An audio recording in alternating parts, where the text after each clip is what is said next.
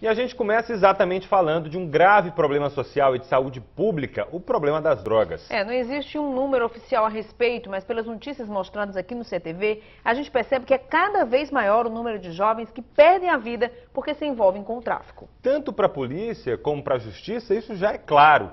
Há uma estreita relação, sim, entre o consumo de drogas e o mundo do crime. Alguns adolescentes passam a cometer pequenos assaltos e furtos para bancar o vício. Então a gente fica se perguntando como é que acontece o tratamento depois que o infrator é apreendido. O Estatuto da Criança, depois de 21 anos da criação, precisa se adaptar a essa nova realidade? Vamos levantar então essas questões agora na terceira e última reportagem da série Adolescência Roubada. Um desejo incontrolável.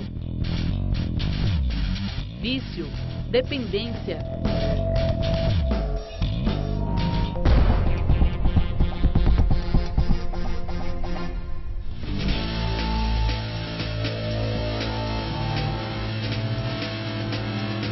Para a gente entender o que ocorre hoje em dia, temos que voltar no tempo, à década de 1970. A cocaína, que até então era conhecida como a droga dos ricos, passou a ser misturada a outros produtos. Criou-se uma nova opção de droga, mais acessível. Assim surgia o crack. A dependência virou um problema de saúde pública. Os prejuízos à saúde não são a única preocupação. Outro grande problema é a forma como o dependente encontra para bancar o vício. Quase sempre o caminho é o mesmo: o mundo do crime.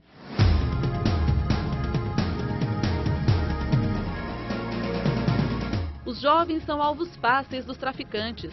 Em muitos casos, o passo seguinte é a entrada na delegacia da criança e do adolescente. Muitos ainda chegam sob efeito de drogas. Essa mudança de perfil dos jovens infratores levanta uma questão: o que fazer? Como tratar ou punir? A primeira coisa que o Estado tem que pensar é em proporcionar ao adolescente que está internado tratamento adequado. Porque sem isso, o que acontece? Ele sai da internação e vai voltar a se drogar e vai voltar a cometer delitos. A gente não pode tratar apenas com uma punição.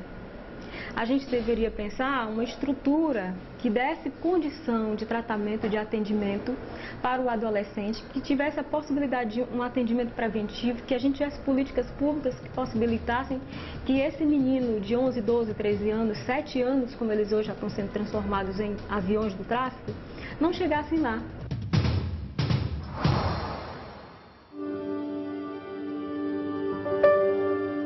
A lei assegura ao adolescente o direito de receber auxílio e tratamento.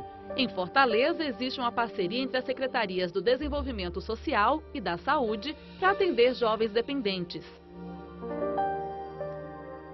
É feita uma avaliação inicial, que geralmente é feito por uma equipe multiprofissional, que inclui médicos, psicólogos, assistentes sociais, artistas. Feita a avaliação dele, é proposto para o usuário de drogas a construção de um plano terapêutico, que a gente chama de um projeto terapêutico. Porque precisa que ele queira participar do processo, que a diferença da questão, a clínica do usuário de droga é uma clínica diferenciada nesse sentido, porque você não consegue fazer um bom tratamento sem a adesão do usuário. Feito esse primeiro processo de tratamento, ele pode ter várias modalidades de acesso no serviço. Ele pode passar uma manhã, 2 manhãs, o dia inteiro, vai depender da necessidade dele. A coordenação dos Centros Psicossociais Álcool e Drogas acredita que o município hoje tem capacidade para atender a demanda, tanto de jovens infratores quanto da sociedade em geral. Mas, para este especialista, tratar pode não ser o bastante. Você tem que prevenir, você tem que entender, por exemplo, por que os jovens estão entrando tanto. Será que são as condições sociais? Será que é o desnível social? É você tentar entender isso para poder prevenir, porque eles recaem.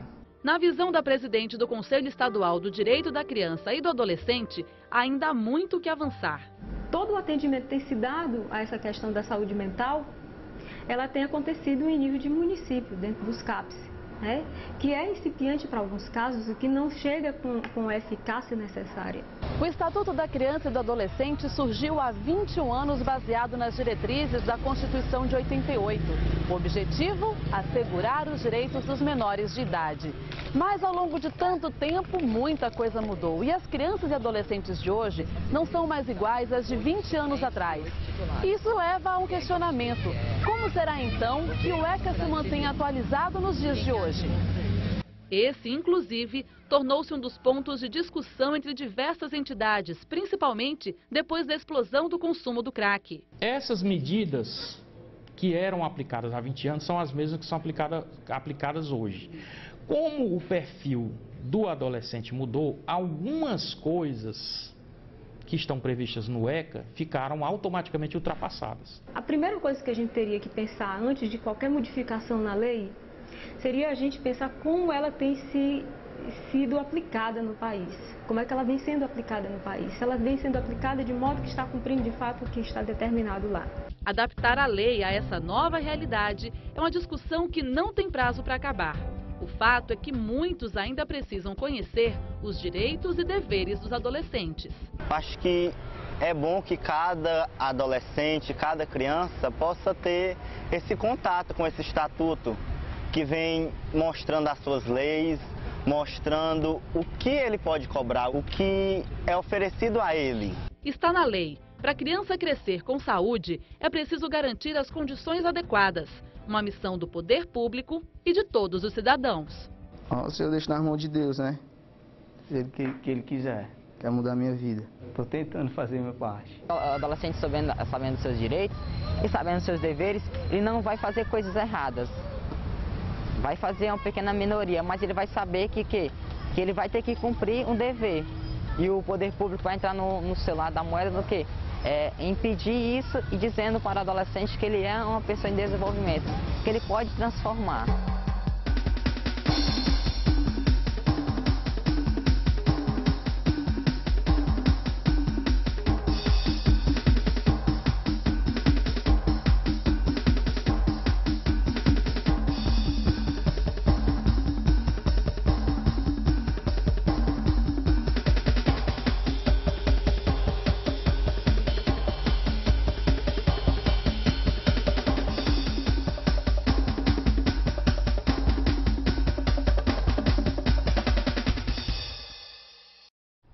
E o que pode ser feito para melhorar o tratamento de crianças e adolescentes que se envolvem com as drogas? O Ministério Público Estadual se preocupa com essa questão.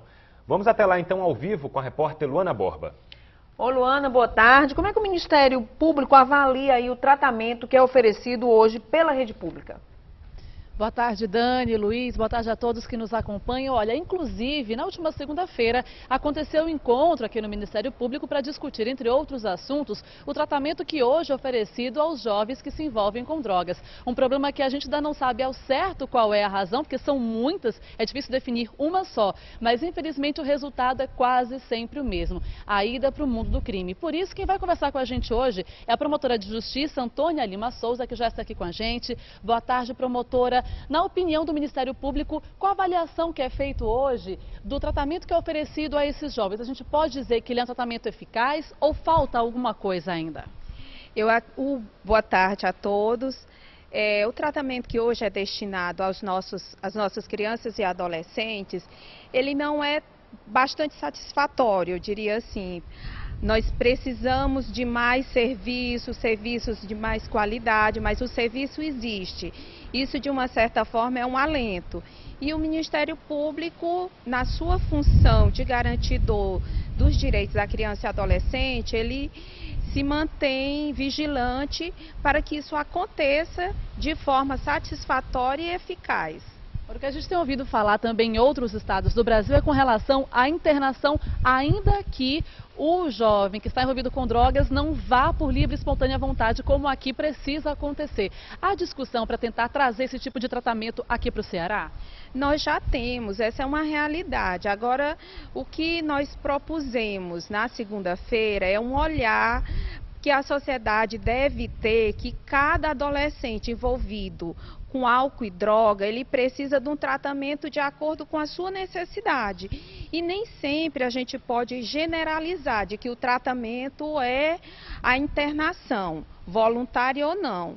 Então, assim, vai surgir situações em que há necessidade da internação. Então, quando ela não for voluntária, aí nós temos todo um suporte médico para a orientação da internação compulsória. Aí sim, o juiz vai e determina essa internação para fins de tratamento. Agora, há de se considerar que antes disso tem que haver um acompanhamento e após essa internação também a continuidade do tratamento, que deve ser ambulatorial.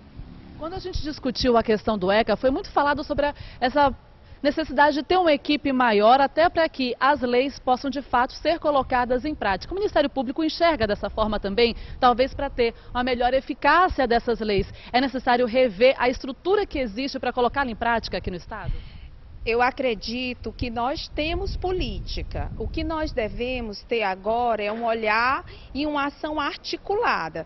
Veja só, no caso da drogadição, ele é um problema complexo e como resposta, a resposta também é complexa. Então, a atuação do Ministério Público no sentido de fazer garantir os direitos de acesso à saúde, ao tratamento, ou seja, um olhar cuidadoso da área da saúde, um olhar cuidadoso da educação, porque esse menino, esse garoto que está envolvido com álcool e droga, ele teve antes disso uma violação de direitos, quem sabe até na própria família, ou seja, uma convivência familiar que não é satisfatória, não ter acesso à educação, uma educação de qualidade, que zele pelos seus interesses, pelo seu desenvolvimento e um acompanhamento da assistência. Então, assim, se essa família está quebrada, se essa família está com dificuldade de lidar com os problemas da sua família, tem um Estado que dá suporte através da política de assistência, através dos CRAS. Então eu vejo que talvez o nosso desafio maior é fazer essa articulação entre esses vários serviços que hoje está disponível para esse tipo de situação. Muito obrigada, promotora, pelas informações. Bom, a gente espera ter conseguido abrir os olhos da população sobre o que acontece com esses jovens, né, Dani e Luiz, e também trazer um alerta para que a gente redobre a atenção, que é uma obrigação do poder público, mas também de todos nós. Falou tudo, Luana. Muito obrigado. Parabéns pela série, a toda a equipe envolvida. Obrigada, parabéns. Boa tarde.